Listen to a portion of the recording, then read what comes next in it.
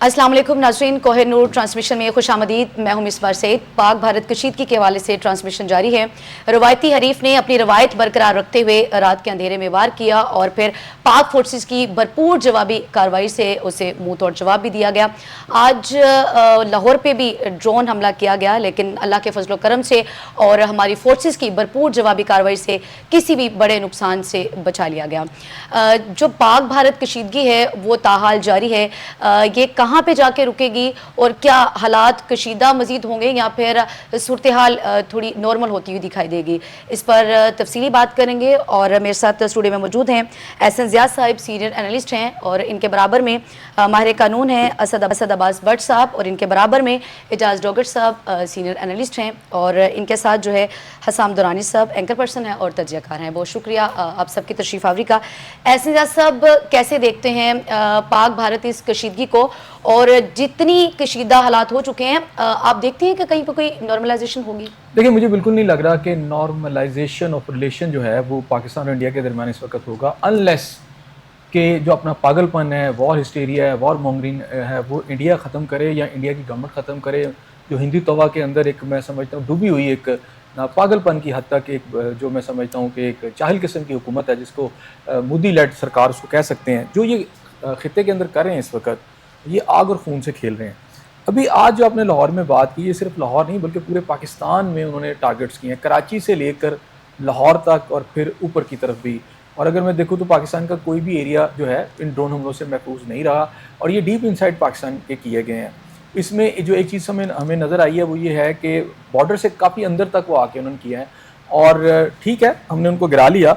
लेकिन मेरा इसमें एक सवाल है कि अगर इनमें से कुछ ड्रोन हमले किसी स्कूल पर अगर हो जाते, किसी एक ऐसी आबादी वाली जगह पर हो जाते, कोई ऐसे पब्लिक मुकाम पे हो जाते जहाँ और ज़्यादा हमें कैजुअलिटीज़ देखनी पड़ती है, अपने बच्चों की, अपनी औरतों की, अपने बुज़ुर्गों की, तो मेरा ख्याल है ये बहुत एक ग्रेव सिचुएशन हो जाती। तो इस वक्त तो सूरत हाल ये है कि आपको इस तरह के किसी भी हमले को तो मौका ही नहीं देना चाहिए। अब आप बहुत सारी जस्टिफिकेशन दे सकते हैं कि जी इसकी ये वजह होगी, उसकी वो वजह होगी। वजह ये है कि ये नहीं होने चाहिए थे, अगर हुए हैं तो इसका तदारक क्या है।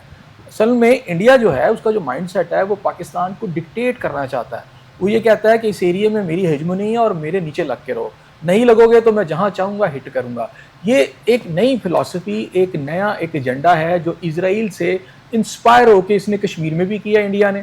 आपको पता है ना कि बिल्कुल इंडिया के एक स्टेटस को बदल देना कश्मीर का, और वहाँ पर जिस तरह आबादी को आप माइनॉरिटी में चेंज कर रहे हैं, ये सारा का सारा उसी लाइन पर मोदी जो है सरकार चल रही है। और ये दुनिया को आग और खून में नहलाने वाली बात है। वो इसलिए कि अच्छा ठीक है, फ़लस्तीन में अगर आप ये करें तो वहाँ तो उनके पास रिस्पॉन्ड करने की ताकत नहीं है। अगर आप अरब ममालिक की बात करते हैं तो उनके पास रिस्पॉन्ड करने की ताकत नहीं है। अब पाकिस्तान के पास एक ताकत है। अच्छा, पाकिस्तान में ये खेल क्यों खेला जा रहा है, और ये जो खित्ते की ग्रेट गेम है, ये उसका क्यों एक पार्ट एंड पार्सल है, very important part and parcel of the great game which is being played in this region. वो क्या है? दो बड़े इशूज़ हैं। बड़ा इशू एक तो मैंने पहले आपसे कह चुका हूँ कि एक तो ये है कि ग्रेटर इजराइल जो है वो अपनी एक असल शक्ल में कोई मिथ नहीं अब रहा, उन्होंने अनाउंसमेंट कर दी है और वो अपनी सरहदों को बढ़ाने लगे हैं। यानी अगर मैं इसराइल की बात करूँ, इब्तिदा में तो वो थोड़े से इलाके थे कब्जा करते करते, अब उन्होंने लास्ट अनाउंसमेंट कर दी है कि जो गजा थोड़े से रह गए हैं, गजा और एक वेस्ट बैंक, ये हम अब ख़त्म करने लगे हैं, इनको हम निकालने लगे हैं। ठीक है, जब वो निकालेंगे उनको उर्दन की तरफ या इजिप्ट की तरफ, तो एक नई जंग है उस सारे खत्ते में शुरू हो जाएगी। दूसरा है पाकिस्तान के अंदर, आपको पता है कि पाकिस्तान के अंदर चाइनीज़ कॉरिडोर जो है वो बड़ी कामयाबी से चल रहा था। एससीओ कॉन्फ्रेंस हुई, दुनिया के रीजन के ममालिक यहाँ पर आ गए, और चाइना जो है और पाकिस्तान की तरक्की जो थी सबको नज़र आ रही थी। और वो सबसे ज़्यादा तकलीफ दे जो है वो एक तो इंडिया है, दूसरा उसका सरपरस्त अमेरिका डोनाल्ड ट्रंप है। तो ये वो ग्रेट गेम है जिसके तहत पाकिस्तान को टारगेट इसलिए किया जा रहा है कि दो बड़े एजेंडे जो हैं उनको रिजॉल्व किया जाए। एक एजेंडा जो हासिल करना चाहते हैं, एक तो वह है ग्रेटर इजराइल का, वो आपको आने वाले चंद दिनों में और वहाँ पर जो एक्टिविटीज़ हो रही है, मेरा ख्याल है वो कोई मिथ नहीं रहा, सामने नज़र आ जाएगा। दूसरा आपका जो चाइनीज़ कॉरिडोर का सारा प्रोजेक्ट है, इसको किसी ना किसी सूरत में रोकना है, क्योंकि अगर ये 4 से 5 साल मजीद चल गया तो जो दुनिया के अंदर इकोनॉमिक पावर आपको अमेरिका नज़र आती है वो फिर चाइना होगा, क्योंकि इस पूरे रीजन के अंदर जो सारी की सारी इन्फ्लुएंस है वो चाइना का हो जाएगा। तो ये जो मोदी सरकार खेल रही है, शायद ये जो अमेरिका के इशारे पर या CIA के इशारे पे या मोसाद के इशारे पे ये करें, ये आग और खून से खेल रहे हैं। सही, बड़ा मसला जो है वो पाक चाइना इक़्तिसादी राहदारी मंसूबा है। असद अब्बास साहब, चूँकि पाक फोर्सेस की जानिब से भरपूर जवाबी कार्रवाई भी की गई और उसके बाद आज दोबारा भारत की तरफ से ड्रोन हमला होना, आप क्या समझते हैं कि उस वक्त जो कार्रवाई की गई थी वो सफिशिएंट नहीं थी या उससे ज़्यादा सख्त रिएक्शन की ज़रूरत थी? देखिए, ज़रूरत तो है, इस समर का कोई जो है वो दूसरी राय नहीं हो सकती कि इसके ऊपर एक पाकिस्तान का रिएक्शन आएगा। मुझे सिर्फ टाइमिंग की जो बात है वो मैं कहता हूँ कि वो हमें अपनी पाक फ़ौज पर छोड़नी चाहिए और ऑफ कोर्स वो इस मामले में इतने ही कंसर्न होंगे और उसकी स्ट्रैटेजीज़ भी फॉर्मुलेट कर रहे होंगे ताकि उसके जो नताइज हैं वो पाकिस्तान के पास फ्रूटफुल आ सके। जब एक एज ए नेशन, क्योंकि जाहिर है हमारी फील्ड नहीं है, हम उसके अंदर नहीं बता सकते कि डिफेंस के क्या मामला है, क्या चीज़ है। और आज ISPR की प्रेस कॉन्फ्रेंस भी आ गई कि इसका रिएक्शन भी होगा, इसका तयन भी किया जाएगा, इसके मामला को भी देखा जाएगा। क्योंकि मेरे नज़दीक ये है कि आपने इंटरनेशनल लॉस को भी देखना होता है। फिर ये है, लॉस को आप वाला ताक रख भी दें वॉर के अंदर, जो कि नहीं रखना चाहिए, बट अगेन आपकी डिप्लोमेसी भी आपकी आती है और इंटरनेशनली जितनी भी वॉर्स आई हैं उसके अंदर टेबल के अंदर विनिंग पोजीशन आई है। आपने परफॉर्म किया है, लेकिन आप साथ साथ अपनी जो है डिप्लोमेटिक अप्रोच को भी आगे बढ़ाया है। और फिर ये है कि पाकिस्तान की फ़ौज की जो एक हिस्ट्री रही है वो ये है कि इन्होंने जो रिसेंट हमारी आप उठा के देखिए उसके अंदर कहीं भी मायूस कुन नहीं है। और पाकिस्तान की फोर्सेस माशाल्लाह से एक वॉर की कैफियत में है। अफ़गानिस्तान से मामला चल रहा है, हम कभी बलूचिस्तान में देखते हैं, हम कभी दूसरी जगह पे देखते हैं, तो हम रेस्ट पे नहीं है। कंपैरेटिवली इंडिया की फ़ौज को अगर आप देखें तो वहाँ पर कोई इस तरह से मामला नहीं है। तो ये जो एक रिएक्शन के आने का सवाल है, इसके अंदर जो अर्जेंसी है बतौर जो है वो नेशनलिस्ट, बतौर पाकिस्तानी, इट्स नेचुरल कि हम इसके अंदर डिमांड करें और उसकी टाइमिंग वगैरह हमें अपने स्पेशल जो हमारे इदारे हैं उनके ऊपर छोड़ना बनती है। दूसरा ये है कि आप देखें कि कुछ जो लोग हैं जिनके इंटरेस्ट हैं वो हमेशा एक पार्शियलिटी की बात करेंगे। एहसन साहब ने अमेरिका का कहा, उन्होंने इंडिया का कहा, इसराइल का कहा। ये बिल्कुल वो ममालिक हैं जो अपने इंटरेस्ट को वॉच करते हैं और इंडिया को सपोर्ट करते हैं। उनका असला भी बिक रहा होगा उनके, जैसे आज इसराइल के जो मेड ड्रोन जो है वो हमने देखा, जहाज़ भी थे। लेकिन इसके बावजूद कुछ ऐसे ममालिक हैं जो जेन्युइनली ये चाहते हैं कि पीस हो जाए। तो आपको एक फोर्स मिलती है जब आप सोची समझी चीज़ करते हैं। मिसाल के तौर पे फौरी रिएक्शन डिफेंस था जो हुआ। आज आप ये नहीं कह सकते पाक फौज को कि जनाब ड्रोन जो है वो ऐसे हमने बात की खुदा न खास्ता, लेकिन हुआ तो नहीं। इसका परफॉर्मेंस किसको मिलेगी? फौज को मिलेगी।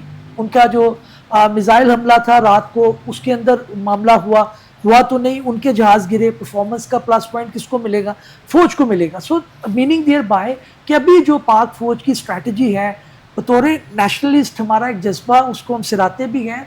कोई भी हमारा शहरी हो हम उसको बिल्कुल समझते हैं। मैं भी ये चाहता हूँ कि इसका रिएक्शन होना चाहिए, करारा किस्म का जवाब आना चाहिए, लेकिन at the same time we should understand कि ये डोमेन जो है जिनकी है उसके ऊपर टाइमिंग छोड़नी चाहिए ताकि मामला जो है वो अकॉर्डिंगली आ सके। उनके ऊपर हमारे से ज़्यादा प्रेशर है। देखिए, अफवाज के ऊपर, पाकिस्तानी फ़ौज के ऊपर इस टाइम जो करा वक्त है उसके अंदर जो है इतना प्रेशर शायद उनके ऊपर ना हो और वो ऑफ कोर्स इसके अंदर मामला को बेहतर तौर पे करने की कोशिश कर रहे होंगे। हमें प्लस भी देना चाहिए, उनका जो परफॉर्मेंस है उसको अप्रिशिएट भी करना चाहिए और नेगेटिविटी को कम करना चाहिए। देखिए, मैं एक बात कहूँगा, अभी कहा जा रही बरकी रोड बंद हो गया, डिफेंस का फेज़ 8 ख़त्म हो गया, अस्करी जो है वो उसके अंदर उनको हाली करवाने के लिए जो है वो DC ने नोटिफिकेशन जारी कर दिया। तो ये चीज़ें भी बतौर जो है हमें शहरी, बतौर पाकिस्तानी हमारी जिम्मेदारी है कि मैसेज को देखकर फॉरवर्ड करें, पैनिक क्रिएट ना करें। कोई बात नहीं हुई, हम एक एटॉमिक पावर हैं, इतना आसान नहीं है, हम कोई फ़लस्तीन नहीं है और ये हमने साबित किया है। दो आपके जो इंटरनेशनली बैक्ड बेस्ट वेपन थे वो इस्तेमाल हुए, नकारा हुए, नहीं चले। सही। इजाज़ डॉक्टर साहब, असद अब्बास भट्ट साहब ने कहा कि जिस खतरे का आप इजहार कर रहे हैं कि खुदा ना खासा इस तरह का कोई हमला, अगर बच्चे स्कूल में हैं, यूनिवर्सिटीज़ में हैं और इस तरह का कोई हमला हो जाता है तो उसका रिस्पॉन्सिबल, चूँकि इसलिए हम नहीं कह रहे कि ऐसा कोई हमला हुआ तो नहीं है ना, लेकिन सवाल तो फिर वही है कि हमने खुद को तैयार तो करना ना, कि हम उस वक्त का इंतज़ार करेंगे कि ऐसा हो जाए और फिर हम उसका रिएक्शन शो करेंगे। मिसबा, ये इतना सादा मामला नहीं है। हमला क्यों नहीं हुआ? हमारे बच्चों के ऊपर हमला नहीं हुआ। मुरीदके में क्या हुआ? बहावलपुर में क्या हुआ? मसाजिद में हमला हुआ, वहाँ बच्चे थे वो तालीम गाहें जो मरीद के में थे, बच्चे और बच्चियों की, ये तो अल्लाह का शुक्र है वो वहाँ पे नहीं थे। अगर उस टाइम होते तो कितनी शहादतें होती, हम गिनते रहते उसी शहादतों को। मैं देखिए दोनों का मेरे लिए काबिल एहतराम है एहसन ज़िया साहब का, देखिए उनकी तकलीफ अपनी जगह है, और बीइंग अ पाकिस्तानी और मुहब्बे वतन पाकिस्तानी ये तकलीफ होनी चाहिए कि हमारे शहरियों के ऊपर, निहत्ते शहरियों के ऊपर कभी वो मिसाइल दाग रहे हैं तो कभी ड्रोन्स के हमले कर रहे हैं। लेकिन दूसरी तरफ अगर मैं व्हाट्सएप की बात करूं तो हमारी फौज सो नहीं रही। देखिए DGISPR ने जो बयान दिया ऐसे हवा में बयान नहीं दे दिया, वो गीदड़ बकिया नहीं है, वो पाक फौज है और वो दुनिया की मंजी हुई पाक फौज है और जिनके पास दुनिया की बेहतरीन टेक्नोलॉजी है। ये फ़लस्तीन मत समझे कि ये फ़लस्तीन है। और जो एहसन साहब ने बात की ना कि वो एक जनाब इस तरह का माहौल, जिस तरह वहाँ पे वो आगे आहिस्ता आहिस्ता आगे जा रहा है, इसराइल यहाँ पे भी जाएगा, तो ये एक शायद एक खाम ख्याली हो सकती है, एक अपना ख्वाब हो सकता है, एक अपनी सोच हो सकती है मोदी की। इसको तो 1 इंच आगे कोई नहीं जाने देगा। एक कदम भी जो मकबूजा कश्मीर है, इंशाल्लाह आप जंग शुरू हुई तो आप ये बात आज लिख लें, ऑन रिकॉर्ड लिख लें कि सबसे पहले मकबूजा कश्मीर जो है वो आज़ाद होगा, ये लिख लें अगर जंग हो गई। दूसरे नंबर पे खालिस्तान जो है वो इंडिया के अंदर एक अलग रियासत जो है वो सामने आ जाएगी, खालिस्तान। ये आज आप मेरी तहरीर लिख रही है और फिर सुनहरी रूप में लिखिएगा कि ये बातें वहाँ पे की थी। अगर जंग मुसल्लत तो कर दी जंग, और हमेशा देखिए हमारा डिफेंस सिस्टम जो था वो हमने कर लिया, हमने दफ़ा अपना कर लिया, पूरी दुनिया को दिखाया कि हम जंग नहीं चाहते, हम पुरअमन कौम हैं, हम ना दहशतगर्द हैं, हम तो दहशतगर्दी के खिलाफ जंग लड़ रहे हैं। दहशतगर्द इंडिया का मोदी सरकार और उसकी आर्मी जो है, इंडियन आर्मी और रा एजेंसी जो है वो दहशतगर्द है। पाकिस्तान तो खुद दहशतगर्दी के खिलाफ जंग लड़ रहा है, वो 9/11 के बाद आज तक दहशतगर्दी का शिकार हो रहा है। हमने जो है लाखों जानें कुर्बान की है, फिर हम कैसे दहशतगर्द हो सकते हैं। सेकंड रहा अभी जो लेटेस्ट इशू चल रहा है, देखिए मिसाइल उन्होंने किए, हमने उसके अगेंस्ट हमारी दुनिया की बेहतरीन एयरफोर्स जो है उन्होंने साबित कर दिया। 6 उनके जो है जहाज़ गिराए हैं और 3 वो राफेल जो दुनिया में बेहतरीन जिनको कहा जाता था उनको गिरा के दिखाया कि हम जिंदा हैं, हम जिंदा कौम हैं और हम दुनिया की बेहतरीन एयरफोर्स हैं। सेकंड जो है उनका सेक्टर हेडक्वार्टर जो है वो उड़ा दिया, कई चेक पोस्टें मिलिया मेट कर दी, सफ़ेद झंडे लहराने पे आपकी फौज ने मजबूर कर दिया। क्यों यार इतना मायूसी फैला रहे हैं आप? वहाँ पे इंडिया ने हाथ खड़े कर दिए उनकी फौज ने, और सफ़ेद झंडे का मतलब होता है कि हम जंग नहीं चाहते, हम हार गए भाई, बस कर दो, हमें और जूते ना मारो। जूते तो मार दिए आपकी फौज ने। हाँ, जो ड्रोन हमले आज किए गए हैं मुझे अपनी फौज पे यकीन है, ठीक है। इसके पीछे भी देखिए फौरन ये नहीं होता, फौरन रिएक्शन जो है जल्दबाजी शैतान का काम होता है। अच्छा। लेकिन मैं ये यकीन रखता हूँ कि हमारी फौज मौसर तरीके से और बेहतरीन अंदाज में, और वो जो उन्होंने कहा है कि जगह का तयन भी हम करेंगे, टाइम का तयन भी हम करेंगे, तो इंतजार करें। फिर वो सही कहा DGISPR ने कि ये नहीं, आखिरी बात मेरी मिसबा कि ये नहीं है कि इंडियन मीडिया चलाएगा, फिर इंटरनेशनल मीडिया चलाएगा कि पाकिस्तान ने अटैक किया। अच्छा सही सर, जैसे कि डॉक्टर साहब ने कहा कि फौरी रिएक्शन जो है वो जल्दबाजी शैतान का काम है, लेकिन इस वक्त जो कौम है वो मुंतज़िर है फौरी रिएक्शन की। टाइम मैनेजमेंट को आप कैसे देख रहे हैं? देखिए आप जब हम तो काफ़ी देर से यही जो है एक पैनिक रूम में बैठे हुए हैं हम, और ख़ासतौर पर हम लोग जो एक वार की सिचुएशन है इसको डिस्कस कर रहे हैं। सबसे जो इम्पोर्टेंट बात है वो है टाइमिंग की।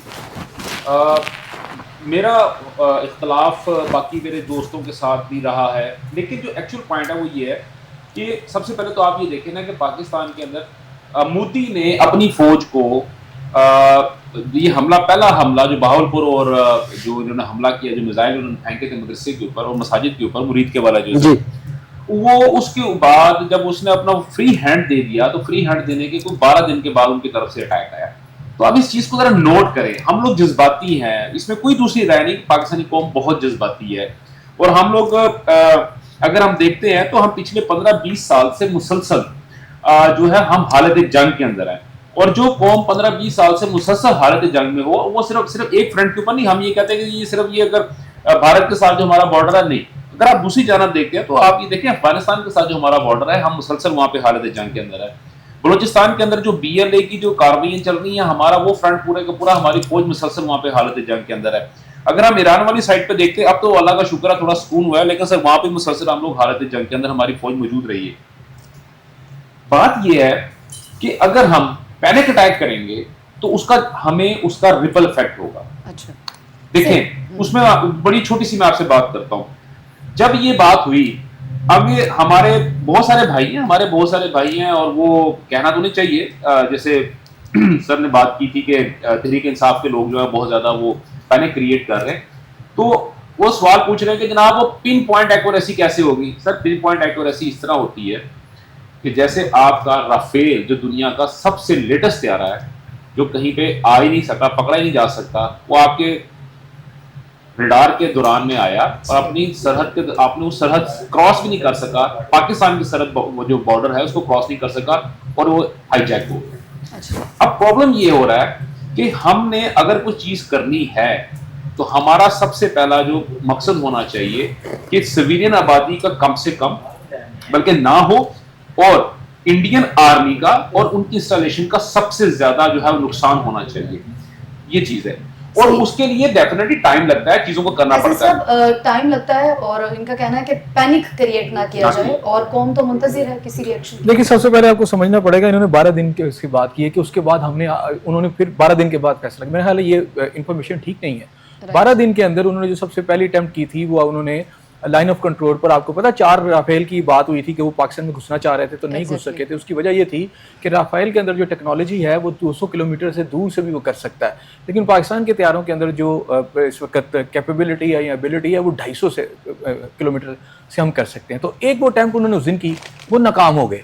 उनका था कि सर्जिकल स्ट्राइक्स करेंगे और मोदी जो है अपनी दुनिया को बता सकेगा अपने घर में कि जनाब देखो मैंने सर्जिकल स्ट्राइक्स कर दी, जो उन्होंने बाद में आके 12 दिन के बाद की हैं। तो ये उस दिन उनका अटेम्प्ट थी जो पहले दिन नाकाम हुई। फिर उसके बाद आपको पता होगा कि हमने ये खबरें भी आई कि उन्होंने फिर बहरिया की तरफ से, समंदर की तरफ से अटेम्प्ट की और जो चाइनीज टेक्नोलॉजी से हमने उसको भी देख लिया।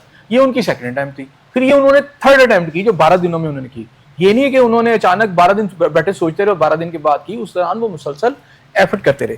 अच्छा दूसरी बात पता है इसमें क्या है कि हम ये यहाँ शायद बार बार ये व्हाट्सएप ने भी बात की है कि शायद हम फौज पे एतमाद नहीं कर रहे और फौज लेट द आर्मी डिसाइड कि उन्होंने क्या करना है। भाई फौज को तो गुज़िश्ता रात से इख्तियार दे दिया गया है और दूसरी बात है कि इख्तियार ना भी दिया जाए तो क्या अब कहाँ से कोई अटैक आएगा तो आप पूछेंगे पहले इख्तियार का कि जी मुझे इख्तियार नहीं, मैं करूँ कि ना करूँ। वहाँ आप क्विक रिस्पॉन्स देते हैं। जब जंग होती है ना तो वहाँ 3-4 आपकी अटेम्प्ट्स होती हैं। एक होता है कुछ चीज़ों को आपने फौरी जवाब देना है, कुछ को अपने वेट एंड सी करना है, वो पॉलिसीज का हिस्सा होता है। आप अपनी पॉलिसीज जो हैं उसको बिल्कुल करें, लेकिन देखिए जब पाकिस्तान के अंदर आप कह रहे हैं कुछ नहीं हुआ, वो भाई 31 आपके शहरी शहीद हुए, उनकी लाशें आपने नहीं देखी, वो मासूम बच्चे नहीं देखे आपने।